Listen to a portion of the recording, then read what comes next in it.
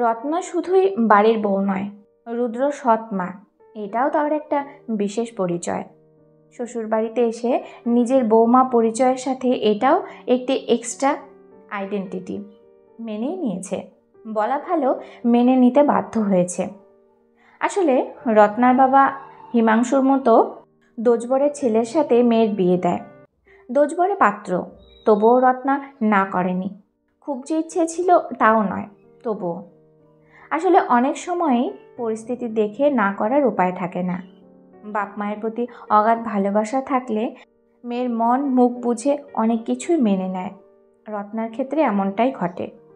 হিমাংশুর সাথে যখন রত্নার বিয়ে হয়, রুদ্রর বয়স তখন সবে 1.5। রুদ্রকে জন্ম দিয়েই ওর মা মারা যায়। তারপর ওর কোলে মানুষ হলো। হিমাংশুর মনে হলো একটা বিয়ে না করলে খাপছাড়া সংসারটা বড্ড শ্রীহীন। অফিস সামলে সবটা সামাল দেওয়া খুব সহজ নয়। অগত্যা ছেলের মুখে চেয়ে বিয়ে করে হিমাংশু। শ্বশুরবাড়ির লোকজন আপত্তি না করলেও খুব একটা সহমত পোষণ করেননি। রুদ্রকে মেনে নিতে রত্নার বিশেষ করে কষ্ট না হলেও পাড়া প্রতিবেশী আত্মীয়দের ভালোই অসুবিধা হয়। ছেলেকে শাসন করলে শুনতে হতো সৎ মা আর নিজের মায়ের মধ্যে অনেক ফারাক। ছেলেকে কোলে তুললে আদিক্ষেতা, হাঁটাতে হাঁটাতে কোথাও নিয়ে গেলে নিজের মা হলে ওটা করতো না। ছেলে ভালো রেজাল্ট করলে ভগবানের আশীর্বাদ, আর না করলে মায়ের স্নেহের অভাব। সত্যি সৎ মা কথাটা শুনতে শুনতে বড্ড ক্লান্ত রত্না। খুবই খারাপ লাগে, তবুও কোনো প্রতিবাদ নেই, মুখ ফুটে কিছুই বলে না। আসলে পাড়া প্রতিবেশীদের সাথে কোমর বেঁধে ঝগড়া করতে সে শেখেনি। সবার সমস্ত অপমান সহ্য করেও তার দিন শেষে মনে হতো সে কোনো অপরাধ করেনি, তাই অপরাধ বোধ তার নেই। এই বোধটুকুই তাকে পরের দিনের শক্তি সঞ্চার করত। ছেলেকে কিভাবে আরও ভালোভাবে গড়া যায় সেই মানসিকতার জন্ম দেয়। শ্বশুর শাশুড়ি প্রথম দিকে সন্দেহ হলেও পরে ওনারা বুঝতে পারেন সত্যিই বৌমার আচরণে কর্তব্যবোধে কোনো খামতি নেই। ওনারাও বৌমাকে যথেষ্ট সাহায্য করতেন। কেউ মুখের ওপর কিছু বললে যতটা সম্ভব প্রতিবাদ করতেন।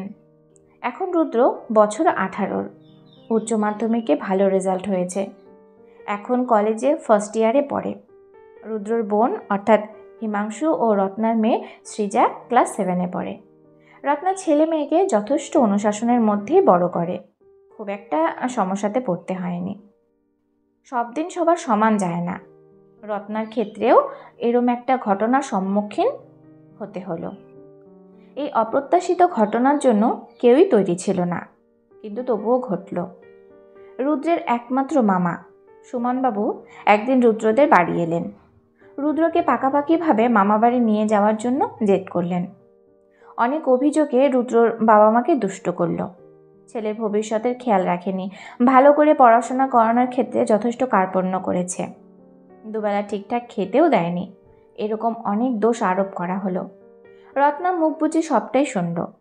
হিমাংশু প্রতিবাদ করলেও বিশেষ কাজ হলো না। সুমনবাবু একেবারে জেদ ধরলেন, ভাগ্নেকে নিয়ে গিয়ে ব্যবসার কাজে উপযুক্ত করবেন এবং সব দায়িত্ব নেবেন বলে কথা দিলেন। হিমাংশুকে তার ছেলের পাওনাগণটা বুঝিয়ে দিতে বললেন। রত্না বা হিমাংশুর অনেক কাকুতি মিনতি কাজে এলো না। রত্না বা হিমাংশু কেউই কখনো জানতে চায়নি রুদ্রর মামার ওপর জোর করে কথা বলতে। এই দুর্বলতার পূর্ণ সদ্ব্যবহার করল সুমনবাবু। রত্নার মন ভারাক্রান্ত, ছেলেকে হাতছাড়া করার ইচ্ছে তার একেবারেই নেই। সমস্ত ভালোবাসা, পরিশ্রম, স্বপ্ন মিথ্যা মনে হলো। নিজের মনে হলো সত্যি সে সৎ মা, তার আন্তরিকতা ভালোবাসাতে হয়তো ঘাটতি আছে, তাই ভগবান তার জন্য এই শাস্তি বরাদ্দ করেছেন। সমস্ত হৃদয় ভেঙে চুরমার হতে লাগলো, মুখে কিছুই বলতে পারল না। ছেলে কলেজের থেকে সমস্ত ঘটনা শুনে খুব চমকে গেল, কিন্তু বাবা মায়ের অপমান সে সহ্য করবে না। মা তাকে যথেষ্ট ভালোবাসে, বাবা মা বোন কাউকে ছেড়ে মামার বাড়ি যাবার ইচ্ছে তার একেবারেই নেই। বাবা মায়ের স্বপ্ন পূরণ করে সে অনেক অনেক বড় হতে চায়, জীবনে প্রতিষ্ঠিত হতে চায়, মাও তাই চায়। সে সৎ মা বা নিজের মায়ের পার্থক্য জানে না। মায়ের ভালোবাসা সে কোনো দিন কম পায়নি। আজও তার মাকে ছেড়ে যাবার ইচ্ছে নেই, আর যাবেও না। মায়ের মুখের দিকে তাকিয়ে তার খুব কান্না পেল। মা রুদ্রকে দেখেই অঝোর নয়নে কেঁদে ফেলল। অনেক কথা বলতে চাইল, কিছুই বলতে পারল না। রুদ্র মামাকে স্পষ্ট জানালো, আমি মাকে ছেড়ে কোথাও যাব না। তোমাদের চোখেও সৎ মা হলেও আমার চোখে শুধুই মা। আমার সবটুকু জুড়েই শুধু আমার মা, আমার সত্যিকারের মা।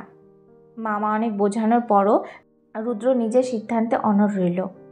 শেষে মামাকে বলল, তুমি আমার ভবিষ্যৎ গড়তে নিয়ে যাওয়ার কথা বলছো না? নিজের ব্যবসাতে আমাকে ব্যবহার করবে বলে এসেছো। ছি, তুমি আমার মামা না শত্রু?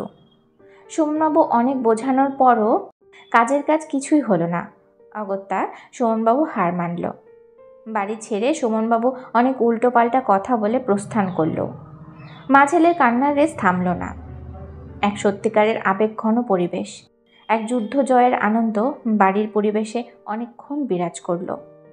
রত্নার মন থেকে আজ সমস্ত গ্লানি অপবাদ মুছে দিয়েছে ছেলে। সে যে সত্যিকারের রুদ্রর মা, সত্যিকারের মা, এক্কেবারেই সত্যিকারের মা।